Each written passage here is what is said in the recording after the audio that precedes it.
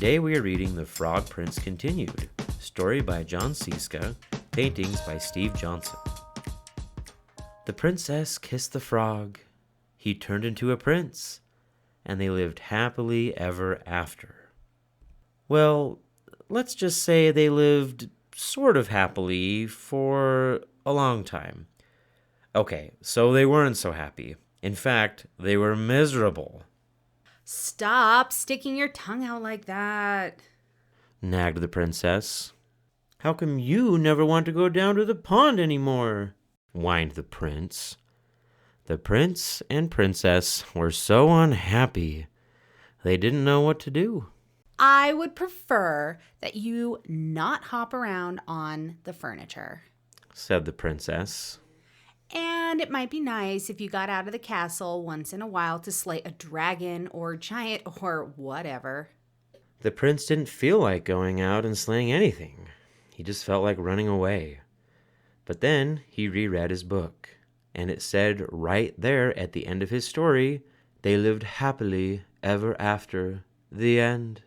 So he stayed in the castle and drove the princess crazy. Then one day, the princess threw a perfectly awful fit. First, you keep me awake all night with your horrible croaking snore. Now I find a lily pad in your pocket. I can't believe I actually kissed your slimy frog lips. Sometimes I think we would both be better off if you were still a frog. That's when the idea hit him. The prince thought, still a frog. Yes, that's it. And he ran off into the forest, looking for a witch who could turn him back into a frog. The prince hadn't gone far when he ran into just the person he was looking for. Miss Witch, excuse me, Miss Witch, I wonder if you could help me? Say, you're not looking for a princess to kiss, are you? Asked the witch. Oh, no, I've already been kissed. I'm the frog prince. Actually, I was hoping you could turn me back into a frog. Are you sure you're not looking for a beautiful sleeping princess to kiss and wake up? No, I'm the frog prince. That's funny. You don't look like a frog. Well, no matter. If you're a prince, you're a prince. And I'll have to cast a nasty spell on you. I can't have any princes waking up Sleeping Beauty before 100 years are up. The prince didn't stick around to see which nasty spell the witch had in mind. He ran deeper into the forest until he came to a tiny cottage where he saw another lady who might help him. Miss Witch, excuse me, Miss Witch. I wonder if you could help me. I'm a prince and... What did you say, Prince? Croaked the witch. No, I mean, yes. I mean, no. I'm not the prince looking for Sleeping Beauty, but yes, I'm the frog prince. And I'm looking for a member of your profession who can turn me back into a frog so I can live happily ever after. Frog prince, you say? That's funny. I thought frogs were little green guys with webbed feet. Well, no matter.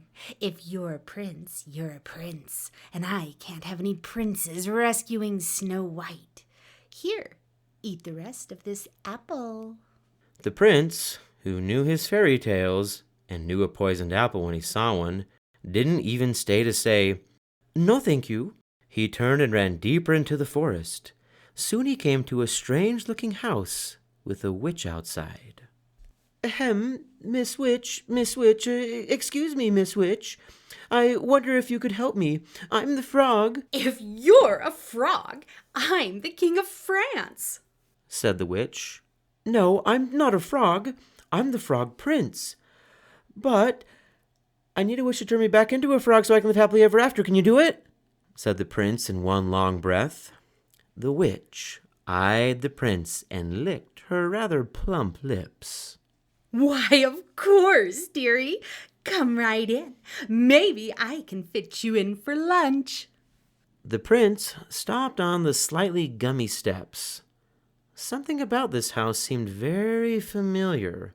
He broke off a corner of the windowsill and tasted it. Gingerbread. I hope you don't mind me asking, Miss Witch, but do you happen to know any children by the name of Hansel and Gretel? Why, yes, Prince darling, I do. I'm expecting them for dinner. The prince, who, as we said before, knew his fairy tales, ran as fast as he could deeper into the forest. Soon he was completely lost. He saw someone standing next to a tree. The prince walked up to her, hoping she wasn't a witch, for he'd quite had his fill of witches. Madam, I am the Frog Prince. Could you help me? Gosh, do you need it? Said the fairy godmother. You are the worst looking frog I've ever seen. I am not a frog. I am the Frog Prince, said the prince, getting a little annoyed. And I need someone to turn me back into a frog so I can live happily ever after. Well, I'm on my way to see a girl in the village about going to a ball, but I suppose I could give it a try. I've never done frogs before, you know. And with that, the fairy godmother waved her magic wand and turned the prince into a beautiful carriage. The prince couldn't believe his rotten luck. The sun went down, the forest got spookier, and the prince became more and more frightened. Oh, what an idiot I've been. I could be sitting at home with the princess, living happily ever after, but instead, I'm stuck here in the middle of this stupid forest, turned into a stupid carriage.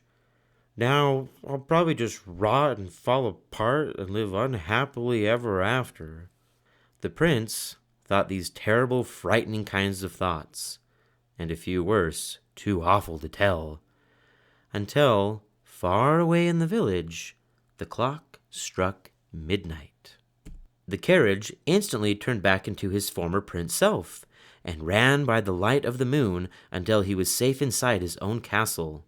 Where have you been? I've been worried sick.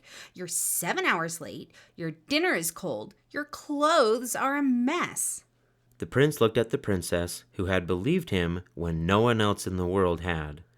The princess, who had actually kissed his slimy frog lips.